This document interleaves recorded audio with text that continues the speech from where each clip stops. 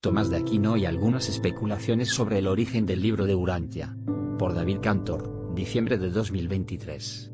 Pintura, Tomás de Aquino de Sandro Botticelli.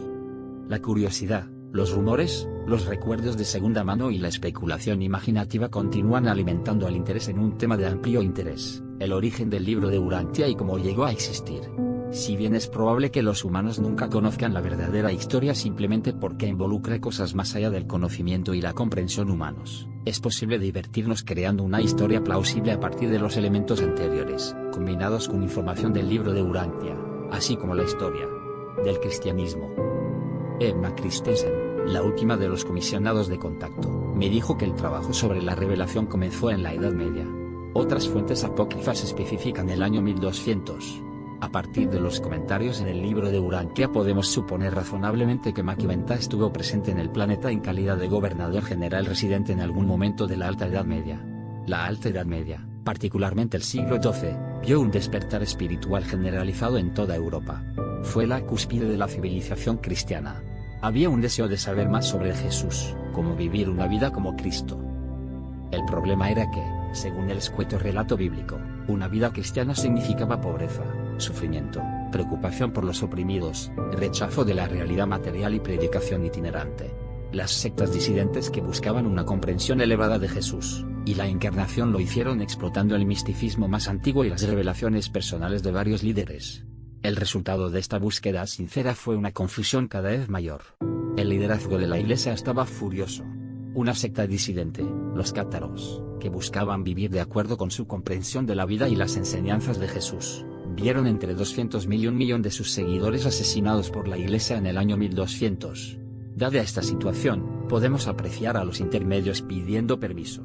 Producir una revisión integral de la encarnación, una historia completa de la vida y las enseñanzas de Jesús. Podemos imaginar que esta petición fue preparada para Maquiventa, nuestro vicegerente príncipe planetario, y entregada a él durante su estancia aquí como gobernador general residente. Posteriormente, esta petición no solo llegó a Ubersa, sino que la respuesta llegó en forma de un mandato emitido por los ancianos de los días para crear el libro de Urantia. Emma Christensen también dijo que cuando los reveladores comentaron sobre el origen del esfuerzo en la Edad Media, uno de los comisionados de contacto preguntó por qué tomó tanto tiempo, pero la pregunta quedó sin respuesta. Así que volvamos a preguntarnos, ¿por qué pudo haber tardado tanto? El libro de Urantia proporciona un par de pistas. Desde el principio, en 02.0.2, los reveladores lamentan que se les restrinja el uso de nuestro lenguaje circunscrito cuando intentan comunicar conceptos ampliados y verdades avanzadas. En 93.2.7.4 Melquisedec lamenta las dificultades de perpetuar la verdad en los primeros tiempos.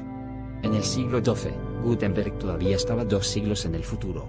Hay otros comentarios en el libro como no puedo encontrar las palabras adecuadas, escasez de lenguaje, sin embargo, me esforzaré en representarlo. Cada uno de estos comentarios nos ayuda a apreciar los desafíos que presentan las lenguas primitivas en un planeta primitivo. En el siglo XII, el idioma habría sido un problema aún mayor que a principios del siglo XX. En el siglo XII se hablaban cientos de dialectos en toda Europa. Las principales lenguas vernáculas de Europa que conocemos hoy no se fusionaron hasta después de Gutenberg. El idioma inglés todavía estaba evolucionando a partir de dialectos anglosajones, germánicos y nórdicos antiguos. Si la revelación iba a ser viable, tendría que basarse en conceptos formulados por mentes humanas. Así que existe el problema de seleccionar entre todas las culturas, dialectos y lenguas vernáculas de la Alta Edad Media, para encontrar conceptos que puedan usarse para cumplir con las directivas del mandato de Ubersa. Aquí es donde nuestro esqueleto de especulación comienza a adquirir un manto de realidad.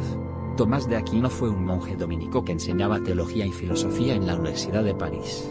Quizás el mayor genio religioso de la época cristiana, escribió Summa Theologica, la suma del conocimiento teológico, entre 1266 y 1273.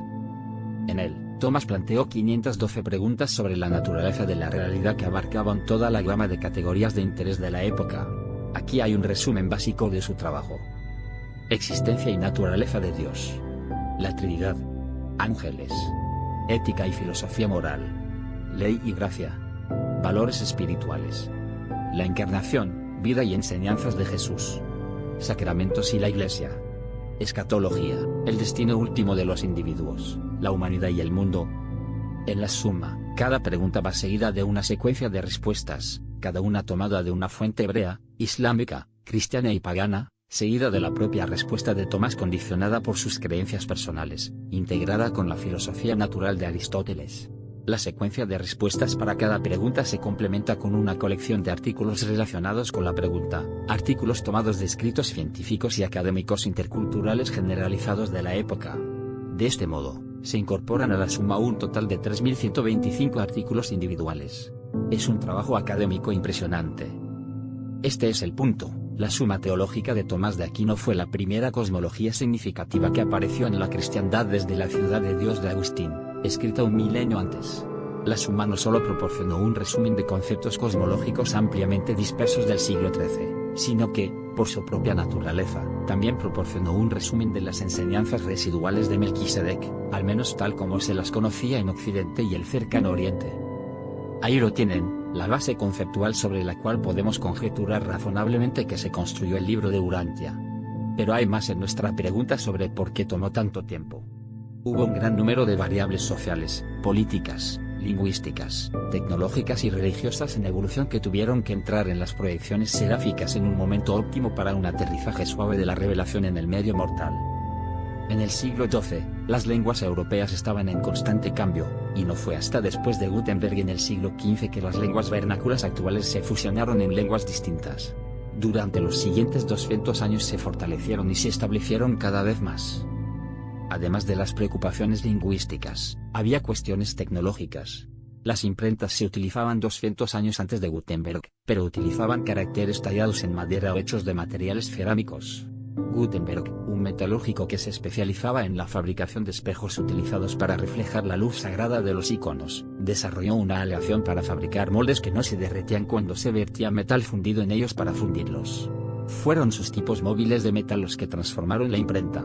A medida que los tipos metálicos reutilizables se generalizaron rápidamente, el coste de impresión se redujo en un 93%. Se celebraron las primeras ferias del libro y comenzaron a evolucionar redes de libreros. Pero la impresión seguía siendo un proceso relativamente lento debido a que el papel solo estaba disponible en hojas sueltas. No fue hasta principios del siglo XIX que se produjo el avance decisivo. La pulpa de madera reemplazó a los trapos para la fabricación de papel. La prensa Fourdrinier, capaz de imprimir en un rollo continuo de papel, entró en funcionamiento, primero operada por ruedas hidráulicas y luego por vapor. Al mismo tiempo parecía que estaba surgiendo una clase media alfabetizada en Europa y Estados Unidos. Aparecieron los periódicos. La educación, el periodismo y la comunicación se transformaron. Las ferias del libro y las redes de libreros adquirieron un alcance internacional.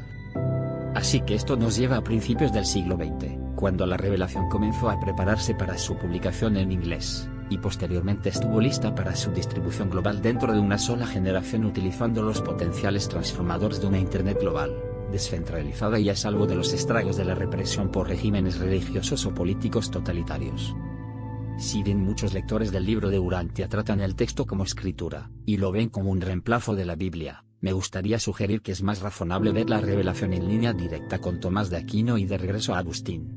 Así, el libro de Urantia es la tercera gran cosmología de la época cristiana, que complementa las revelaciones personales de Agustín y Tomás de Aquino. Ciertamente no es un sustituto de la Biblia cristiana. Posicionar consciente y públicamente la revelación de esta manera podría contribuir en gran medida a prevenir la hostilidad de las personas que desean permanecer casadas con la Biblia. Así que esa es mi opinión sobre Tomás de Aquino, muy probablemente un reservista dada su contribución al desarrollo del pensamiento cristiano, sus preocupaciones sobre la revitalización de las verdades fundamentales de la encarnación, y su trabajo en la preparación de las bases para la quinta revelación de época.